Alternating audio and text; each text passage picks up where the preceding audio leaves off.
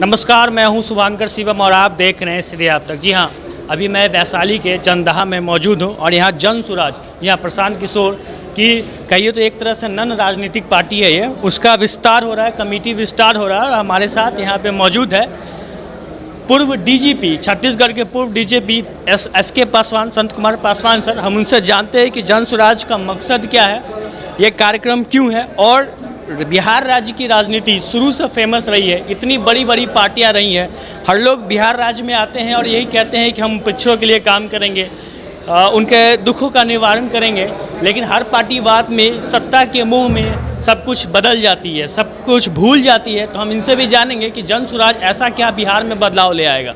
हमारे साथ हैं पूर्व डीजीपी एस.के. सर।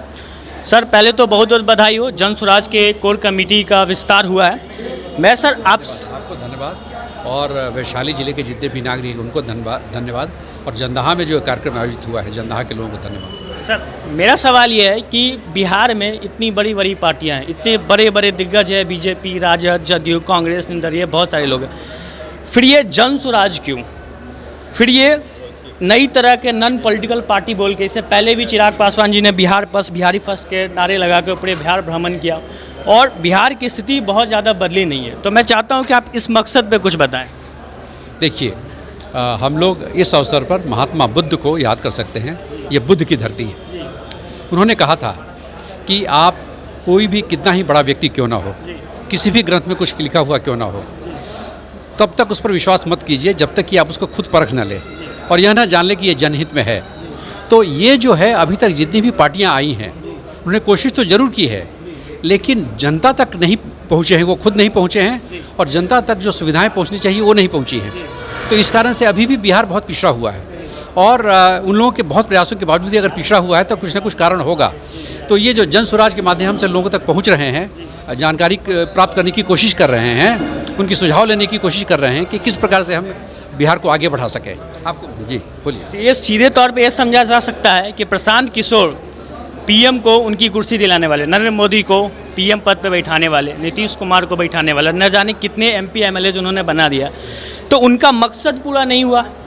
उन्होंने जो योजना सोची थी, जो बिहार के उपलक्ष्य में, देश के उपलक्ष्य में, इन पार्टियों ने पूरा नहीं किया। इसका सीधे तौर पे ये मतलब निकाला जा सकता है।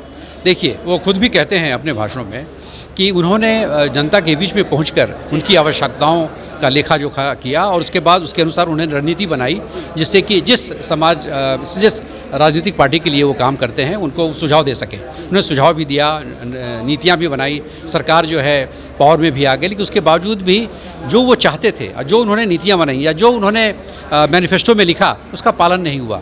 यही कारण है कि जनता और ख़ास करके बिहार जो है पीछे रह गया। तो इस कारण से वो उन्होंने ये सोचा कि हम उनका जो अपना प्रदेश है वहाँ से इसकी शुरुआत क्यों न की जाए कि खुद लोगों के बीच में जाएं, खुद लोगों का प्रतिनिधित्व करें और खुद से है जनता को जो है आगे बढ़ाने की कोशिश करें, बिहार को आगे बढ़ाने की कोशिश करें। जो माहौल सेट है आज पूरे देश में, लगभग आज गांधी जी की छवि को कुछ जानबूझकर कहिए या किसी भी तरीके से कुछ छवि डाउन किया गया है और युवाओं में भगत सिंह, सुभाष चंद्र बोस जैसे नेताओं का एक तरह से कहिए कि शुमार चढ़ा हुआ है। तो इस 100 साल पहले जो सत्याग्रह आंदोलन या जिस माध्यम से गांधी जी फेमस हुए, महात्मा कहलाए, उस आंदोलन को 100 साल बाद आज पीके प्रशांत किशोर लेके चल रहे हैं, तो लगता है कि युवाओं को रिझा पाएंगे। बिल्कुल। देखिए, अगर महात्मा गांधी जी की हम बात करते हैं तो उस समय महात्मा गांधी जी की आवश्यकता थी, बिल्कुल आवश्यकता थी, लोगों के बीच में जा कर के और लोगों की एक जो है वो प्रतीकात्मक प्रतिनिधित्व उन्होंने किया और सत्याग्रह के माध्यम से और अहिंसा के माध्यम से इतना बड़ा जो साम्राज्य था, ब्रिटिश साम्राज्य, जिसका कि सूरज नहीं डूबता था, ऐसे को जो वहाँ से भागने को मजबूर कर दिया। इतना ही नहीं, उन्होंने बहुत सारा कुछ किया। न केवल उन्होंने ये जो अपना स्वतंत्रता आंदोलन है उसमें उन्होंने भाग लिया बल्कि और नेतृत्व किया, बल्कि उन्होंने युवाओं के लिए और यहाँ के लोकतंत्र को मजबूत करने के लिए भी बहुत सारा काम किया। तो उनका ये कहना था कि जब तक युवा भाग नहीं लेंगे, देश की उन्नति में उनका समर्थन नहीं रहेगा, उनका योगदान नहीं रहेगा, समाज की उन्नति में उनका योगदान नहीं रहेगा, तब तक जो है हम लोग पीछे रह जाएंगे। एक ऐसी ही पार्टी बनी बिहार में, पिछले चुनाव में काफ़ी छवि में रही, काफ़ी मीडिया में रही, प्लुरल्स पार्टी, आपने नाम सुना होगा पुष्पम प्रिया चौधरी का, और उनका भी मकसद कुछ इस तरीके का ही था। लेकिन बिहार में जो स्थिति आप देख रहे हैं उनकी, क्या जन सुराज भी वैसी ही स्थिति से सफ़र करेगा? देखिए, पुष्पम प्रिया जी ने भी बहुत कोशिश की, ऐसा नहीं कह सकती उन्होंने कोशिश नहीं की, लेकिन आप ये देखिए कि जनता को लगना चाहिए कि आप एक वैकल्पिक सरकार दे सकते हैं। मतलब आप विकल्प हैं सरकार के, या सरकार में जो पार्टियां हैं उसका विकल्प हैं। अगर आप बहुत कम समय के लिए कोशिश करेंगे, 5 महीने के लिए, 6 महीने की कोशिश करेंगे, तो लोगों की समझ में आता है कि यार सिर्फ आप चुनाव जीतने के लिए आ रहे हैं, जनता के प्रति आप गंभीर नहीं है, जनता की उन्नति के लिए आप गंभीर नहीं है।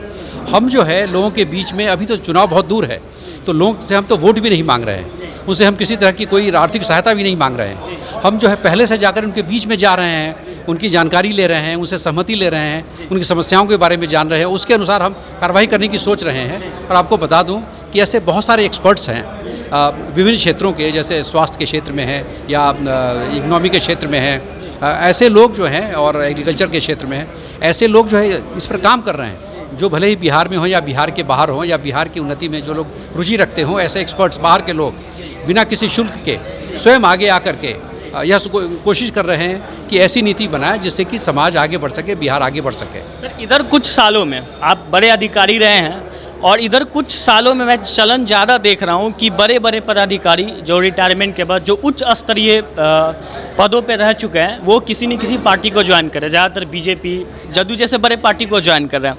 आप जन स्वराज में क्यों? दूसरा, अगर बिहार में जातिवाद है, उस हिसाब से चिराग पासवान की पार्टी ज़्यादा फेवरेबल थी आपके लिए। तो ये सवाल बहुत है, क्योंकि कई फिलोसफर, आप खुद बड़े अधिकारी हैं और बोलने वक्त मैं बहुत सोच समझ के बोल रहा हूँ कि कई फिलोसफर जो है इसको काटते हैं कि जो ब्यूरोक्रेट्स हैं उनको राजनीति में नहीं आना चाहिए। तो इस पे आप क्या कहेंगे? देखिए, आपने तो पहली बात तो ये कही कि जो जातिवादी पार्टियां हैं उसमें मैं जा सकता था, बड़ी बड़ी पार्टियां हैं उसमें मैं जा सकता था, लेकिन मैंने देखा, मैंने सभी लोगों से बातचीत की, मैंने उनके भाषण सुने, उनके विचार सुने, लेकिन मुझे लगा कि जब मैंने प्रशांत किशोर से मैंने बात की तो वो आम राजनीतिज्ञों जैसे नहीं है। वो जो है सही मायने में लोगों के बीच में जाकर के पहले भी काम करते रहे हैं, उनके बारे में हम लोग सब जानते हैं, तो वो बहुत ईमानदारी पूर्वक प्रयास कर रहे हैं। तो ऐसे में ये ज़रूरी था कि हम भी चाहते हैं कि भाई ज़रूर मैं बाहर रहा, लेकिन बिहार के लिए जो है सब लोगों के मन में उत्कंठा बनी रहती है कि बिहार आगे क्यों नहीं बढ़ रहा है। तो इसके लिए बहुत गंभीरतापूर्वक सोचने समझने की ज़रूरत है, प्रयास करने की ज़रूरत थी, और वो जो है प्रशांत किशोर जी कर रहे हैं। तो इसलिए मुझे लगा कि मैं इनके साथ में अगर रहूँगा तो मैं भी कुछ योगदान दे पाऊँगा। एक दूसरी बात आपने जाति के बारे में कही, तो मुझे लगा ये कि देखिए जातिवादी पार्टियाँ यहाँ पर ये काम नहीं कर पाई, इसलिए तो बिहार पिछड़ा रह गया। वो जो है जातियों के आंकड़ों में उलझ करके रह गए, या जितना ध्यान देना चाहिए बिहार के विकास की ओर उन्होंने नहीं दिया। और जब तक बिहार का विकास नहीं होगा तब तक सभी जातियों का, सभी लोगों का कैसे विकास होगा। इसलिए ज़रूरी है कि हम लोग बिहार का विकास जो है बिना जाति और धर्म को बीच में लाए हुए करना चाहिए। एक बात का आपने जवाब नहीं दिया सर, कि जो फिलोसफर कह रहे हैं कि जो बड़े बड़े अधिकारी हैं उनको राजनीति में नहीं आना चाहिए, कुछ खंडन करते हैं। जी हाँ, देखिए मेरा ये कहना है, मेरा जो अपना जो विचार है वो ये है कि जो बड़े अधिकारी हैं या कोई भी अधिकारी जो शासकीय सेवा में रहते हैं, वो रिटायरमेंट के बाद तुरंत उनको किसी भी राजनीतिक पार्टी में शामिल नहीं होना चाहिए। इसलिए नहीं होना चाहिए कि जब उच्च पदों पर रहते हैं और उनके अगर मस्तिष्क में और उनके दिल में ये बात रहती है कि मुझे इस पार्टी को ज्वाइन करना है, तो उसी अनुसार कुछ न कुछ जब भी वो काम करते हैं तो उसमें कुछ न कुछ उसका असर होता है। तो ऐसा मैं मानता हूँ कि ऐसा होना चाहिए कि रिटायरमेंट के 3 साल बाद उनको कोई राजनीतिक पार्टी में जाना चाहिए, तुरंत नहीं जाना चाहिए। तुरंत जाने से उनमें एक प्रलोभन की भावना एक रहती है कि भाई, और राजनीतिक पार्टियों में भी रहती है, प्रलोभन देने की भावना रहती है। तो इसलिए एक ऐसा नियम ही बनना चाहिए कि जो शासकीय कार्यों में लगे हुए हैं उनको रिटायरमेंट के 3 साल बाद ही राजनीतिक पार्टियों में शामिल होना चाहिए। बहुत बहुत शुभकामना सर। उम्मीद है कि आपके अनुभव का पूरा फ़ायदा बिहार को मिलेगा, प्रशांत किशोर को मिलेगा। बहुत बहुत धन्यवाद। तो ये थे छत्तीसगढ़ के पूर्व डीजीपी और बहुत ही अनुभवी व्यक्ति, और देखते हैं कि जन स्वराज बिहार में क्या बदल लेता है। तब तक के लिए फिर मिलेंगे। जय हिंद।